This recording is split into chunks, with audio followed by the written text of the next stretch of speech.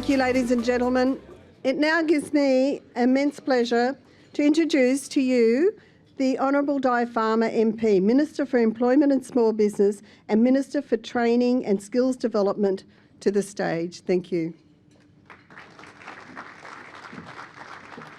Thank you so much, Estella, and I begin by acknowledging the traditional owners of the lands on which we gather today and pay my respects to elders past, present and emerging. I grew up on Bailey country, which is around Gladstone. I want to acknowledge Estella. In fact, can we give a big clap to Estella, because she's actually pretty amazing, isn't she? Thank you, Estella. To Brett Hugsma, who's the Regional Director of South East Region for my department, and to our panellists, Dr Chris Davis, Nicholas Lindsay, Nathan Burns and Shay Chalmers. And to all of you, I see some people I already know quite well in the audience here, and it's really lovely to be down here. I think Estella asked me, she got into my diary quite some months ago, as Estella does, and you never say no to Estella anyway, do you? But just so keen to see what was going on down here. I've been a very frequent visitor to the Gold Coast, and in fact I was just talking to Hilary there from the Southern Gold Coast Chamber and Jason from Destination Gold Coast when there were so many challenges for the border businesses, and together we worked together, trying to work out what the best solutions were. I think sometimes I was on the phone to Hilary at like 12 o'clock at night.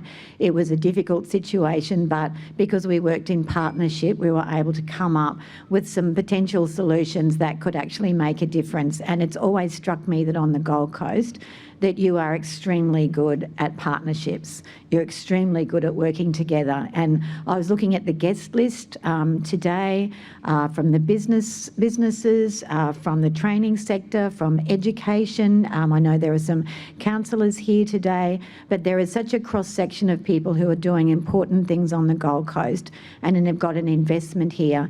The fact that you are working together to look at where the opportunities are for the Gold Coast, that's going to be the clincher. And I can say to you, I travel all across Queensland regularly, and there are some great examples of communities who work together, but they all have their different kind of strengths. And I think, you know, not every region has what you have here. And Estella's just been talking to me about the work that you've all been doing on the Regional Jobs Committee, how well that's going, how engaged everyone has been. Fantastic to have schools involved in this, and the connection. I think we're all seeing that very importantly now, the connection with schools and the future of industry is absolutely critical. So, so congratulations to all of you. It's just really quite a privilege to be here, and I'm so looking forward to the panel today.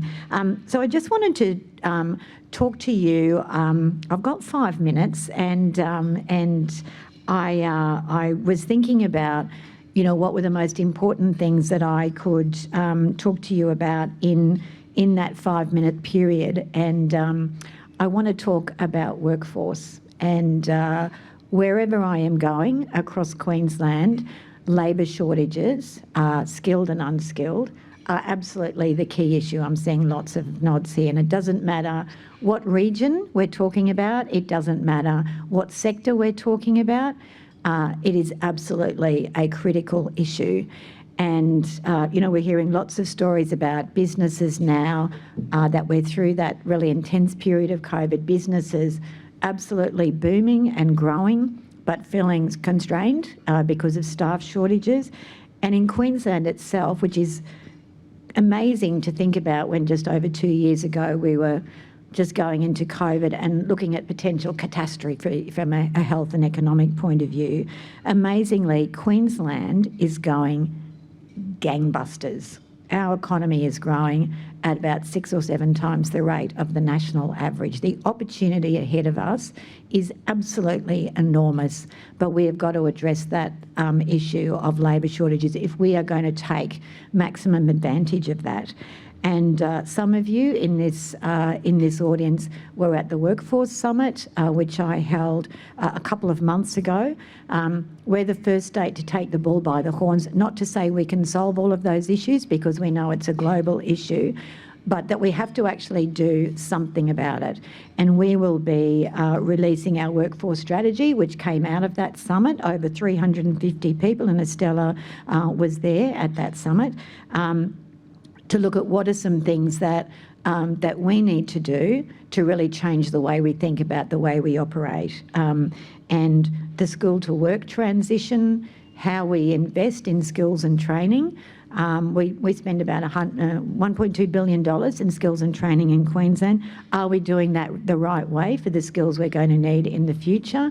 What sort of people are we employing now? Because the ones we're used to employing, they're not there anymore. They're already in jobs, and even if you get them, they might get poached tomorrow. The sort of workplaces that employers are actually operating from, and what are our emerging industries. And I know that, you know, you've already done a lot of work around what your emerging industries are in the Gold Coast, and it's really important to know that if that's what's coming at you, that you've got a skills and training system behind you that is going to mean you've got a workforce ready for it. We know in Queensland we are going to have an additional 280,000 jobs going. Now, if you think I'm going to say in 2035 or in some time ahead, you're wrong. That's in 3 years' time, 280,000 jobs. So we've got to make sure we're filling demand now and doing the best we can, but also in the future. But one of the absolutely key things that we've found in all of our consultation and the work from the summit is that solutions have to be place-based.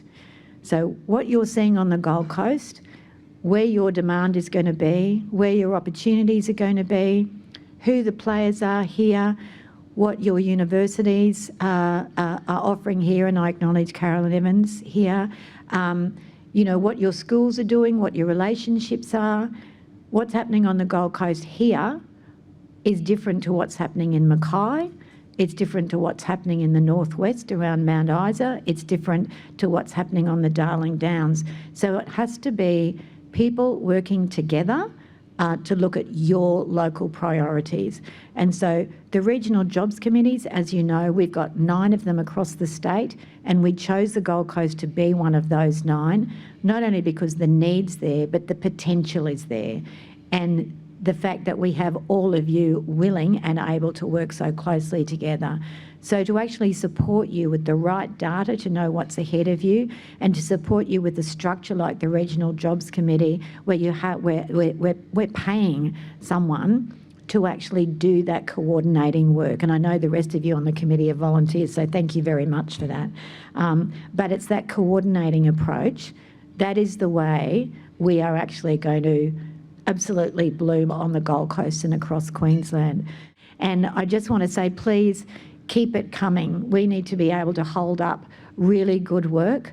You know, once you've identified the way you want to move forward, we want to support you in doing that. So when you see the workforce strategy, you will see that it is very much about places, regions, you telling us what you need, and how do we actually work through that to make sure you're able to do your best. So looking forward to seeing all of those, looking forward to hearing the panel today and having conversations with many of you. And please invite me down on a regular basis, because I'm so excited about what's going on here. Thank you.